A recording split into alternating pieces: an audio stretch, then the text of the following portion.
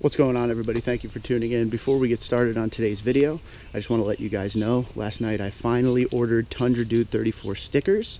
They should be in a couple weeks, so make sure you comment below this video and let me know if you plan on purchasing a sticker. It's gonna be about $5 each. That's what I'm thinking, so let me know. Of course, just as I come outside, it's starting to rain, which it said it wouldn't rain today. Anyway, so I just got finished doing my pre-trip check. And this is something I do before I go on any major trip, especially if I'm going to be on a lot of highways and things like that. You know, you go around and you check the tire pressure, stuff like that. But I do some kind of OCD things too. So right now I'm going to show you some of the things I check before I go on that long trip. And because when I was driving up here, there was pretty much, you know, a weather disaster that I went through. It was like the movie Twister. R.I.P. Bill Paxton. We miss you. I'm going to give the MPG another try on the way home today. And one thing about my MPG test that you should know is I don't feather the throttle. I don't do things like that. I drive the truck normally because we're all normal people. So when we do MPG testing, you see some people go out there and they, you know, stay out of the RPMs and things like that. I'm not doing that. I'm doing it for real. Now it's really starting to rain and get windy. That's cool. But anyway, yeah, we're going to do another MPG test on the way home. The TRD Pro used to get between 17.9 and 18.2 on this same trip home. So we'll see if we could get that newer engine, but I want to see if I could beat the 16.3 we got on the way up here. But now let's go over the checklist. All right, it's really starting to rain, so we're going to make this a quick one. So obviously I check all of the PSI. 36.5 is what I'm running. All tires checked out good. There was like a 0.2 adjustment that I actually made with my new Airhawk, which I'm still liking. All right, moving on. Anytime you add aftermarket parts to any vehicle, you should always check the connections. So I checked the connection on the end fab to make sure all the bolts and screws were still tight. I do the same thing on the dual exhaust. I didn't do the dual exhaust today. Truck's brand new, should be good. But yeah, you should do the dual exhaust, especially if you install it yourself. Got to make sure the tonneau cover is down properly and everything is good. If you don't have a tonneau cover, if you have any load that you're going on the highway with, make sure you strap it down. Make sure it's good. You don't want anything flying out. Anything flying out on the highway, even if it's a small thing, could cause a major accident because people see something on the road and they swerve, and then it's a nightmare. So I'm not going to walk around the truck anymore and show you what I'm dealing with because it's really starting to rain. Let me just go under here and I'll just tell you. The other thing I do, this is a big one. I open up the hood and I check the TRD cold air intake. I pull the filter out and make sure everything is clear and good. This is a new filter, so obviously everything was fine with it, but the older it gets, you want to check it often. You want to make sure the truck has good airflow. Another thing that I check on there is, again, the connections, because I want to make sure all the bolts are tight, everything. When you put on, especially a cold air intake, and you put everything in and everything's good, you want to make sure after a couple weeks you go back and make sure all the connections are still good and nothing loosened up. You want to torque down your bolts, all that kind of thing. So overall, the check around the truck, you know, I check the lights, the basic stuff. Check the oil, you check the lights, you check the tire pressure. The weird OCD things I do is checking all the stuff that I added to it, like the NFAB steps, the TRD cold air intake, the tonneau cover. Make sure everything's strapped down and good.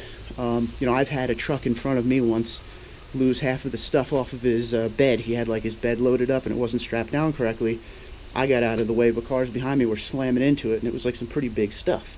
So that's why you want to make sure you're doing the safest thing possible at all times on highway travel. So it's raining now. Hopefully this is just another one of those mountain showers, and when I get going it'll be sunny again. It said it was supposed to be sunny my whole route home today. I don't want to have any slowdowns. I want to have a nice dry ride and see what kind of number I get.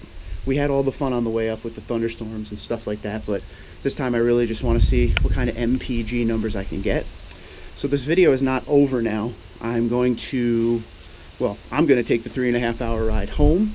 You guys are going to see it in a matter of seconds. I'm going to tell you what the MPG was, what the road conditions were, if I experienced any issues, problems with the truck on the way home that maybe didn't happen on the way up. I'm going to take care of all that. So sorry that going over the truck, the checklist for, you know, a trip was a little, well, it didn't go as planned, we'll put it that way. Fortunately, it did not rain until I walked out here.